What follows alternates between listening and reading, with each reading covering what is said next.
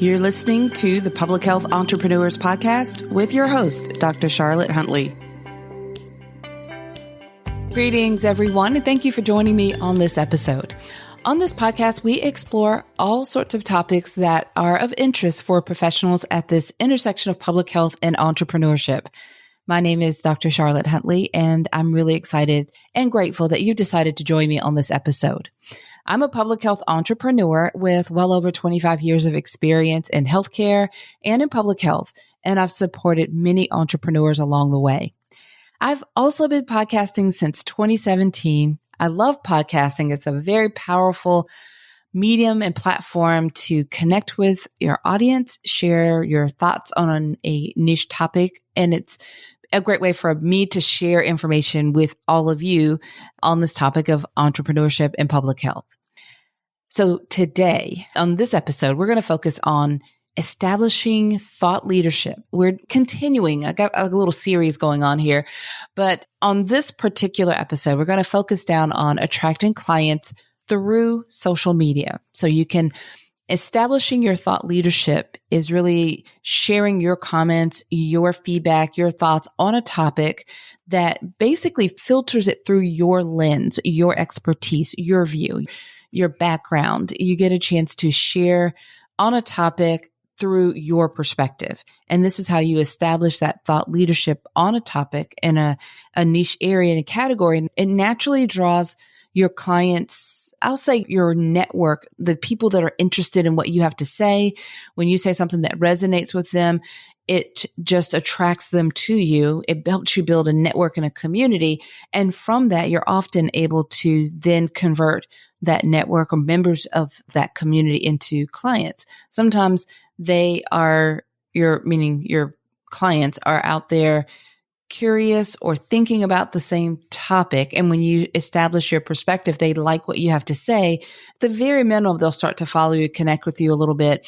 And then over a little bit of time of conversation and building up a little bit of trust and getting to know you better, that often leads to a sales conversation where they can become your client, which is an exciting process because then you get to know a little bit more about them and know that they're a great fit for how you like to show up and how you can help. And they are able to align with you and what you stand for. And they finally have someone can help them solve this problem that they've been wrestling with. So that sales conversation and that conversion process from audience member or a member of your network into a client is and should be a very exciting process. So that's what I mean by being able to attract your clients. Sometimes you attract them and they're really looking for that help right away that you provide, and they can be a quick conversion. But sometimes they come to your community and they just listen and follow you for a while before they're ready to take action. But the more you're establishing thought leadership in a variety of ways, you're connecting and attracting more and more of the right type of people your way that are interested in what you have to say and what you have to share. So it just keeps your audience very much, you're attracting the type of people that could potentially become a client. Okay. All right. So again, on this topic of attracting clients through social media, I say social media, but I am really talking about LinkedIn. If you've listened for any period of time, you know I'm a big advocate for LinkedIn. I also know that we as public health professionals, especially public health entrepreneurs, are not fully utilizing that space to our fullest potential. There's so much that we can gain from that platform. So I'm a huge advocate for us, meaning all public health entrepreneurs, really public health professionals, being present and up to date and taking action on that platform.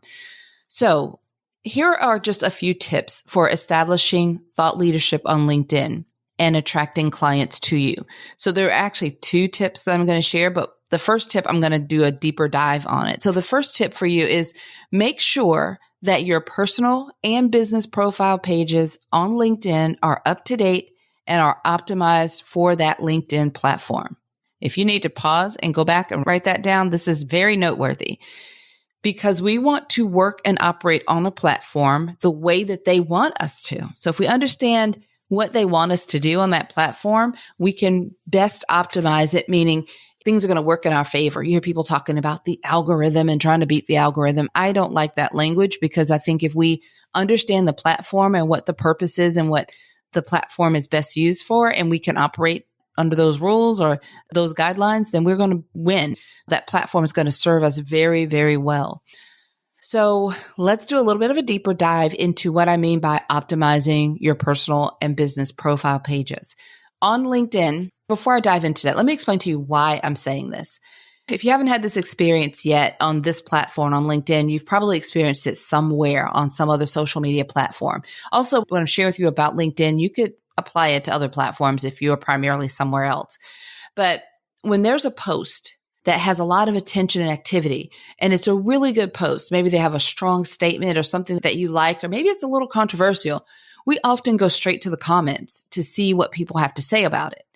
And when someone has something really good to say in the comments on that topic, on the LinkedIn platform, people automatically go to check that person out. It's just a very automatic thing to do. You've probably done it without even thinking about it. If you see a post, let's use an example of diabetes, and you see a post from the American Diabetes Association, and whatever the post is, it's getting a lot of attention. It's a really good post, whatever they're saying. So you go to the comments and you're glancing through the comments, and someone makes a really strong statement that you really like, and it's getting a lot of attention. The natural thing for people to do is say, well, who is this person? And either hover over their name, they'll get a little bit of information there about them, but they may also go to that person's profile, take a look at that profile, see who that person is, where they work, what do they do.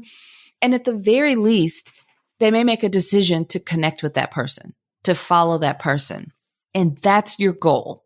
That's what you want. You want to engage, and you're just being yourself. You're not trying to remember what to say or how to, you're just being yourself. You're representing what you do through your business or as an entrepreneur, what resonates for you, what framework you follow and the path you follow in terms of the audience or the population you're looking to connect with or the problem that you're aiming to solve or how you show up. So you're just being yourself. And when people are finding you in the comments and then following you, you are attracting more of the community and the people that are like you. They're your people. They like what you have to say. They're interested in you. And then you can start to get to know them. And like I said, it could lead to a sales conversation where they could become a client for you.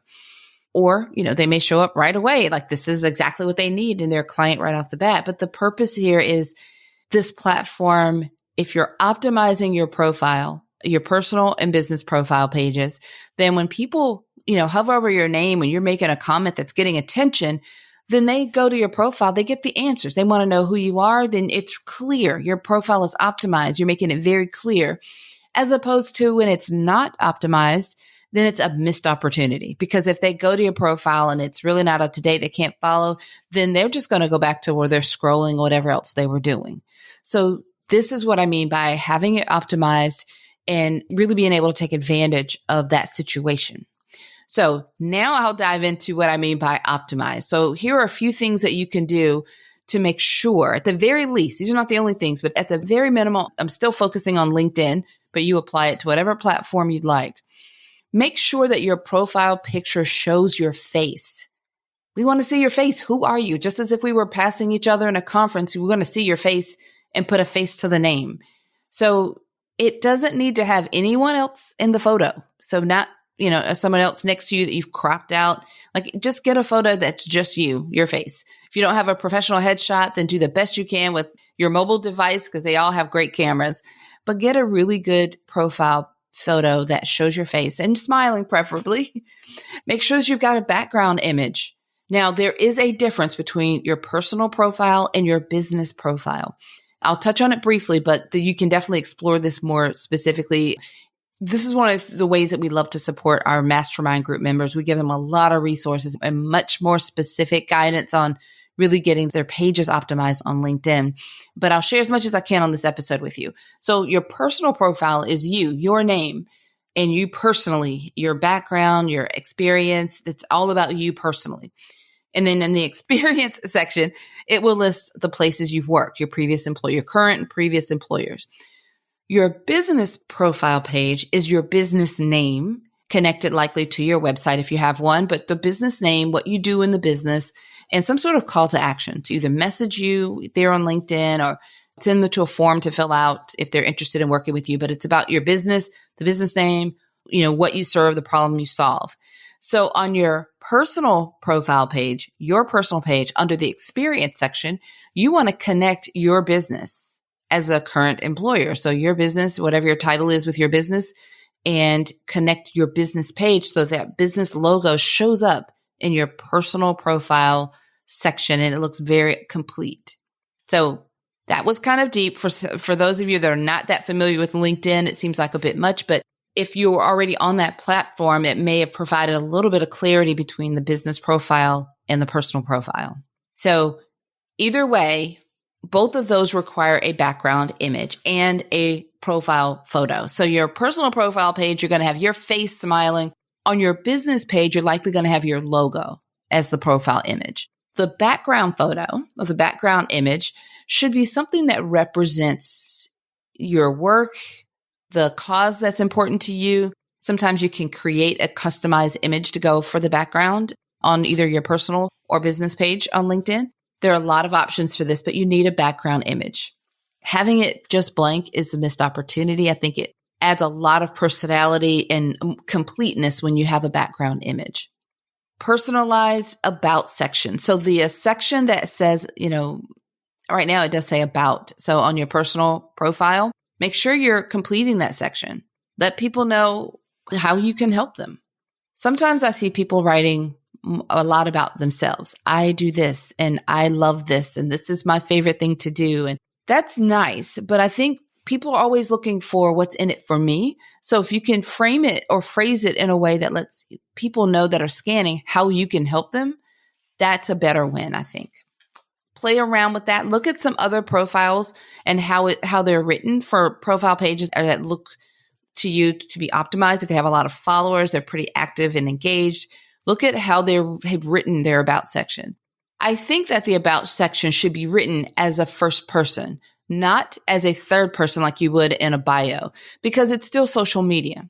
Although it's a professional platform on LinkedIn, we're still trying to get to know each other. It's still social media. So writing in the first person, definitely, in my opinion, it's much more personalized and humanized, and you're connecting with folks as opposed to a bio that's written and it appears more like a glorified resume, and you want to try to avoid that. Okay, so make sure somewhere with the about section or somewhere in your profile, make sure that people know how to work with you, how to connect with you. That's important because if you're, like I said, that scenario where someone, maybe you make a comment and they're like, oh, this is fantastic. And then they click over and they check you out and look at your profile and they're thinking, oh, this is great. They need to know how to work with you, especially if they're ready to have that problem solved and they think, oh, I found somebody that can help me. Then you want to make sure that they know how to connect with you.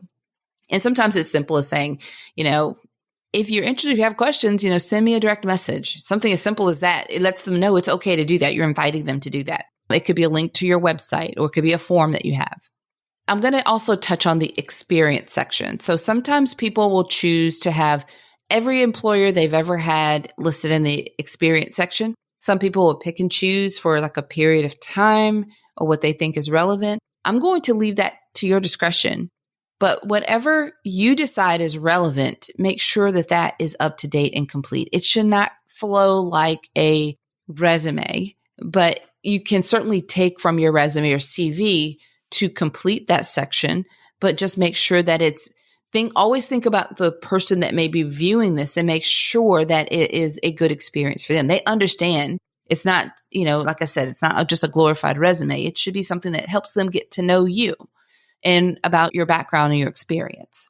Okay, I think I've covered enough about optimizing your profile. If you connect your business profile page, assuming you have one, if you connect that, just make sure that reader knows about the problem that you solve and how you can work with them, how they can work with you. Okay, so that's a deep dive on my first tip, which is simply make sure that your personal and business profile pages are up to date and optimized for the LinkedIn platform or whatever platform if you are using something different than LinkedIn. Then my next tip for you is to engage with relevant posts, adding value in the comments of that post, and also engage with others in the comments who are also adding valuable responses. In other words, have a conversation in the comments of a really good post, but make sure that it's relevant to helping people to understand who you are and aligned with what you do. For example, if I stick with what I mentioned earlier about diabetes, maybe you help solve a problem of diabetes in a specific population and you serve maybe nonprofit organizations that serve communities of folks that have a higher rate or prevalence of diabetes. Just follow along with the diabetes example so you can grab all of what I'm saying. So I would encourage you to engage in conversations on LinkedIn. So these posts that are on LinkedIn that are relevant to either diabetes or the population that you tend to target who have diabetes, or the region or area that you serve of people who have diabetes, or something complementary where you can add value. So there's often a comorbidity of high blood pressure or obesity or overweight or some other conditions that, cholesterol, that kind of chronic conditions that tend to go with diabetes. Engaging in those kind of conversations are a really good move for you, a power move, because if someone is posting or commenting around high blood pressure, then it's likely they're going to be interested in this diabetes focus that you have and how you serve. Or even, I'll add something like COVID, for example. If you remember in the earlier part of the pandemic, there was so much conversation about the people who had diabetes and the complications. So if you're serving and you're providing a service to people or organizations who serve people with diabetes, then during that time, that would be very much the kind of post you want to show up on, anything related to COVID or COVID in the community, right? As opposed to maybe, I'm just going to pick something as opposite as I can think of, maybe gardening. Well, I can even bring a connection there to diabetes, but maybe something that is really off topic, so to speak, but maybe you like that topic and you think it's fun and interesting and something that you like. Every time I think of an example, I can connect it to diabetes. So I'm having a hard time giving you an example that doesn't connect to diabetes. But what I'm trying to say is you want to steer away from conversations that are not, even though they may be important and interesting and relevant, if you can't connect it to some thought leadership, then maybe you want to steer away from those in the beginning as you're trying to build community. After you really establish a community, then maybe you decide on 2 or 3 pillars that you will engage in conversation around that are diabetes, and then maybe 2 other topics that are closely related, and you kind of stay on point and on topic for those. That's how you can establish thought leadership and really start to attract the right attention. Because as you comment, again, people are going to check you out, go to your profile. It's going to be all optimized. They'll get all this information and learn about you, get to know you a little bit. And at the very least, they're going to decide to follow you.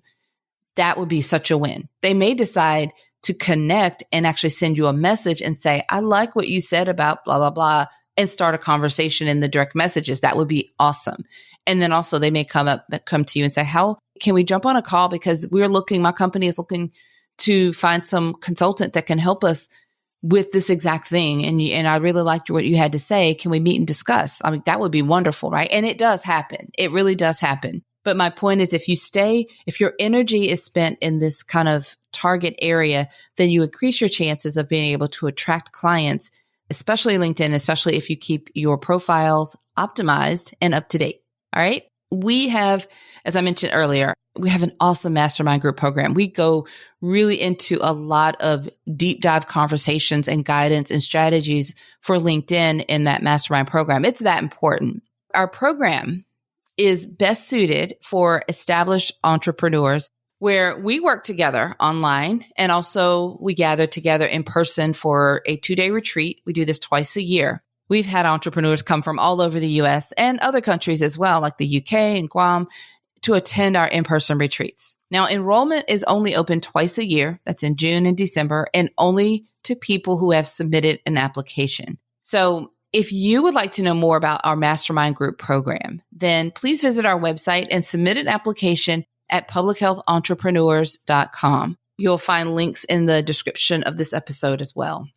I hope this has been helpful for you in getting involved in LinkedIn a little more actively and attracting those potential clients your way. And it's certainly attracting that more niche network to you. All right, everyone. Until next time, have a fantastic rest of your day. Thank you for listening. Visit publichealthentrepreneurs.com to learn more.